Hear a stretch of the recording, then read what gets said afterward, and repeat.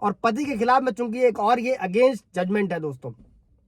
पढ़ते हैं दोस्तों ये कानून महिलाओं की सुरक्षा के लिए लाया गया था, पति और ससुराल की प्रताड़ना से बचाने के लिए लागू किया गया था। और सुप्रीम कोर्ट की बेंच ने यह कहा है कि धारा 498A में दोस्तों दो तरह की क्रूरता को अपराध माना गया है। पहला, जब महिला को इस तरह प्रताड़ित किया गया हो, किसी गंभीर और शारीरिक तकलीफ हुई हो दोस्तों। और दूसरा, जब महिला पर किसी अवैध मांग को पूरा करने के लिए दबाव डाला जाए दोस्तों। और इनमें से कोई भी स्थिति होने पर पति या ससुराल वालों पर केस चलाया जा सकता है दोस्तों, केस किया जा सकता है। और दरअसल कोर्ट ने क्या किया था, कोर्ट ने शुक्रवार को दोस्तों, अभी जल्दी का मामला है, इसमें आंध्र प्रदेश हाईकोर्ट ने फैसले को पलट दिया था, जिसमें हाईकोर्ट ने यह कहते हुए मामला खारिज कर दिया था कि महिला से दहेज की मांग नहीं की गई थी। और जिसके बाद महिला ने क्या किया, महिला ने हाईकोर्ट के फैसले को सुप्रीम कोर्ट में चुनौती दी थी दोस्तों। और बेंच ने क्या कहा, सुप्रीम कोर्ट ने क्या कहा कि 498A की मूल भावना को समझने की जरूरत है दोस्तों। और बेंच ने यह भी कहा कि जब ये कानून लागू किया गया था दोस्तों, तब देश में दहेज से संबंधित मौतों की संख्या बढ़ रही थी। और इसे न केवल दहेज हत्या के मामलों से निपटने के लिए, बल्कि विवाहित महिलाओं पर होने वाले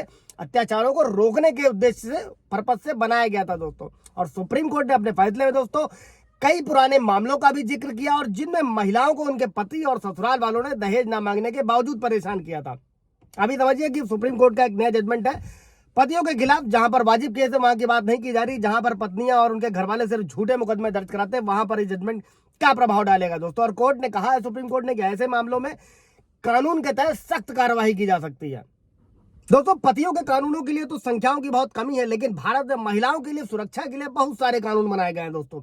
आप दहेज निषेध अधिनियम को ले लीजिए दोस्तों, दहेज प्रथा को रोकना और दोषियों को सजा दिलाना है दोस्तों। लेकिन इसका भी दुरुपयोग किया जा रहा है। कई मामलों में महिलाएं दहेज उत्पीड़न का झूठा आरोप लगाकर पति और ससुराल वालों को परेशान करती हैं। कई सारे डेथ केसेस, सुसाइड केसेस भी सामने आ चुके हैं दोस्तों। और आईपीसी की धारा 498 है, जो अब भारतीय न्याय संहिता में 85 है, विवाहित महिलाओं को दहेज उत्पीड़न, मानसिक शारीरिक प्रताड़ना से बचाने के लिए इसका भी दुरुपयोग किया जा रहा है। इस धारा के तहत तत्काल गिरफ्तारी पहले होती थी दोस्तों, लेकिन कई मामलों में पुरुषों और उनके परिवार को बिना जांच के ही परेशान किया जाता था।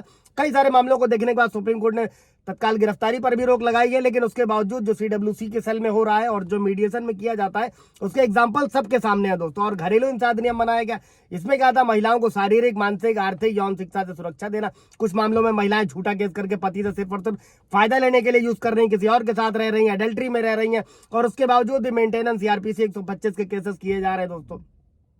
यौन उत्पीड़न अधिनियम बनाया गया था। इस कानून का उद्देश्य महिलाओं को दोस्तों कार्यस्थल पर यौन उत्पीड़न से बचाना था। इसमें भी जो है महिलाएं अपने सहकर्मी हो या फिर बॉस हो, झूठे आरोप लगाकर उन्हें ब्लैकमेल किया जा रहा है दोस्तों। वाजिब केसेस की बात नहीं की जा रही दोस्तों, जहां पर गलत किया जा रहा है पुरुषों के साथ में, पतियों के साथ, तो वहां की बात चल रही है। बलात्कार से संबंधित कानून था 376, 354, ये भी महिला की सुरक्षा और यौन अपराधों से बचाने के लिए बनाया गया था। लेकिन दुरुपयोग कुछ मामलों में बदले की भावना या फिर व्यक्तिगत लाभ के लिए झूठे आरोप लगाए जा रहे हैं दोस्तों, जो आए दिन ट्रायल कोर्ट्स में देखने को भी मिलता है।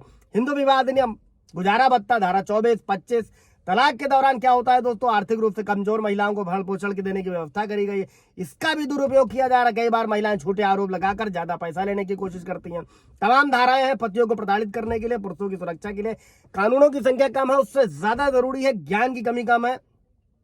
पढ़ाई कीजिए, अपने केस को अच्छे से हैंडल करिए। कोई सवाल जब होगा तो कमेंट में पूछेगा। Thank you.